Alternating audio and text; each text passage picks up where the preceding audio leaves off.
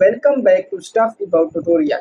Today we are talking about how to find someone who mentioned you on Threads app.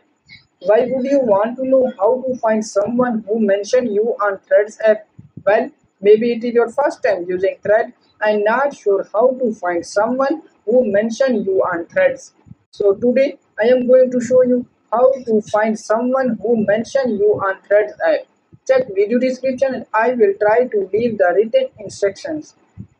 Finding someone who mentioned you on Thread app is quite simple and easy to do, and the process is same for Android and iOS devices. Let me show how you will find someone who mentioned you on Thread app.